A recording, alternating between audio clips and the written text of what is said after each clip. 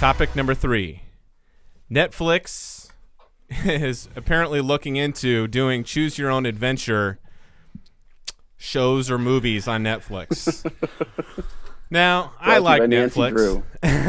I like a lot of the stuff that Netflix has come up with for TV shows and movies that they've developed themselves. When I see this, the first thing that pops into my head is remember those old choose your own adventure books when we were kids? Yeah, and how much those things just fucking sucked. I don't even think it was junior high. I think it was elementary school. Yeah, it was elementary. Yeah. What's you guys' thoughts on a Netflix choose your own adventure? It's so. I mean, no, this does kind of fall into Netflix wheelhouse in that they will try just about anything, which I've enjoyed. I mean, I really like that attitude that they've taken, but this is one of those where for this kind of medium, it doesn't really work. It didn't work that well for the books. Mm-hmm. You have to take one story, typically, and then you make a show or you make a movie based around it. Whereas now you kind of have to make 20, 30, 40 stories. Mm-hmm. Which is essentially just. And they'll never even do that many. Well, yeah, but that's just it. And then, then how do you structure it? Is it kind of one of those you're always going to start one point and you're going to finish at maybe one or two others, and everything we can else mix up the segments in between. Yeah, but think about it this way. And I'm sorry, go ahead, jump in. This thought just came to my mind. So instead of it being like the books, where you're choosing the direction that your character's going or whatever. What if you could actually choose the character and their point of view for that movie? That would actually be interesting because then you actually have an entire series. Episode 1 would be the core protagonist. Episode 2 maybe his sidekick. Mm-hmm. Episode 3 the villain. But essentially you're telling the story 3 different ways. But I know other shows and movies they've tried it before, and I've liked it when they do that. Yeah, sometimes that's been done really well. Just seeing multiple. I mean, there's a whole movie about that called Vantage Point. You remember that? Oh yeah. Yeah. But yeah. That's a great example. But yeah, just to kind of go through, all these different, almost seemingly unconnected. All right, take the left door, or take the right door. All right, right door. What's in here? And then the way that it just it always jumped around when I remember going through the books. It never really was a cohesive story. Right. Essentially, you just kind of just keep following the pages as it tells you to go through. But when you really look back on kind of what you did, it's kind of there's nothing really connected about all these different pieces. Oh. So it was just so disaggregated. It's not really a meaningful story anymore. Would you be pumped for this, Matt?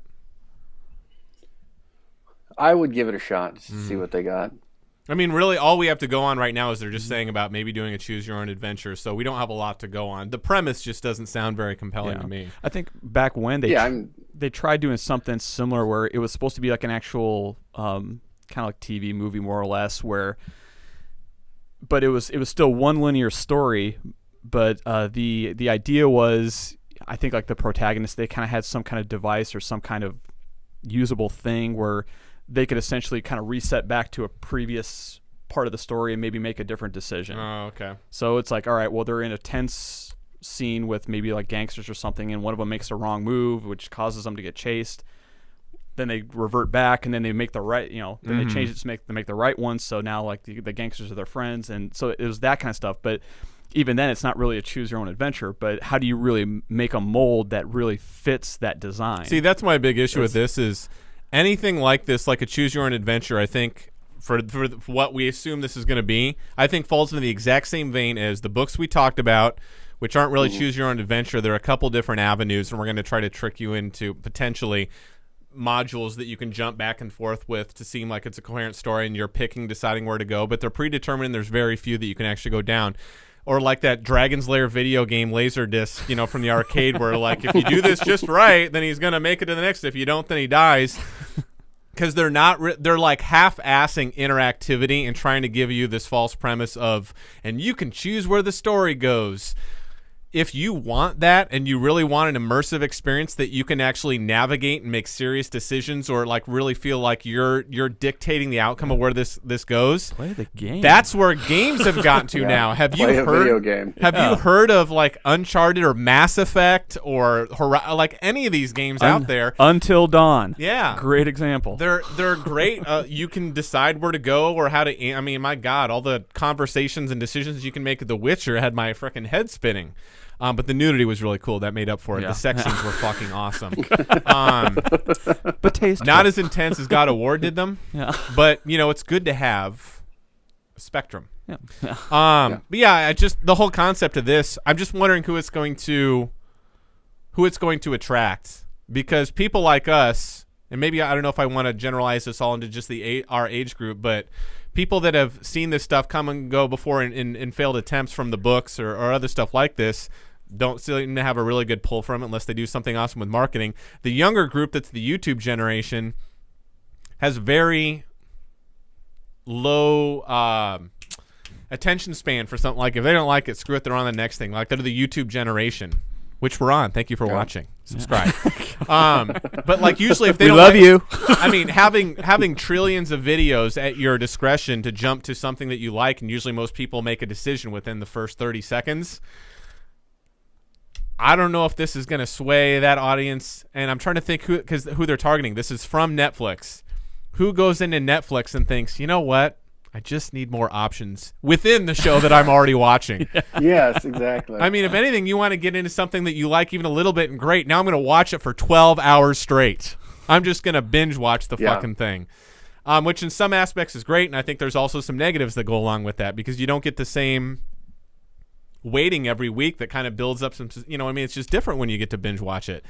I'll be interesting to see kind of for you specifically after you watch the first 6 seasons of Game of Thrones and then you get into 7 and 8, the final 2, and have to wait a week. They're probably going to mean a lot more to you leading up to that Sunday night, when it airs. You don't have that anticipation that adds to the feeling you get of fulfillment when you watch it. You know what I mean? I don't know. I just thought that this was interesting because as soon as I saw it, I'm just like, what? We got to talk about that on the show. This is going to be fucking awesome. Do you guys even remember any of those books specifically that you... No. Not really. I don't. Not the actual plots. Exactly. Yeah. I remember checking them out from the library. Mm-hmm. No, I guess with it, it's just I'm trying to think of how it would work. I mean, is this going to be a bunch of cutscenes? Is it going to be, is there going to be a thing that comes up like who are you going to follow or where are you going to go? Right. And then you're going to incorporate the fact that these people now have to read something on top of watching your show. and then we don't have time for this, man. We're the well, yeah, exactly. We're in the 2000 teens, man. We got shit to do. I don't have time to push a button on a remote. Yeah. I have to figure out which one of these options I actually want. And then pick it. And then to think about it, I mean, do me a favor, tilt your camera a little bit down, would you? Just a little bit. There you go. You're good. Okay. Good movies have a message, and that's why they're made. Mm-hmm. The director has a message they're trying to get out and a story they want to tell. They don't have a story they want you to finish. I mean, actually, some of them don't even have a story that's finished when they start filming. That's another good point. How'd you like to be handed this project as a screenwriter? Yeah. I'd be like, fuck you, man. Essentially, you got to take like the last 12 scripts that you wrote, which have nothing to do with each other, and you just start mixing and matching Hey, pages. you know how you're good at writing character and stories? We don't give a shit. I want a whole bunch of loose ends, and don't go anywhere with it. Yeah. I don't want an actual story. I just want a bunch of things happening. Right. So, yeah, I don't know. I don't think you're going to find a huge level of success. Mm-hmm. Who knows? Maybe we'll have different feelings when they show off how this is going to work, but the premise itself did not get me interested into it, so I don't know.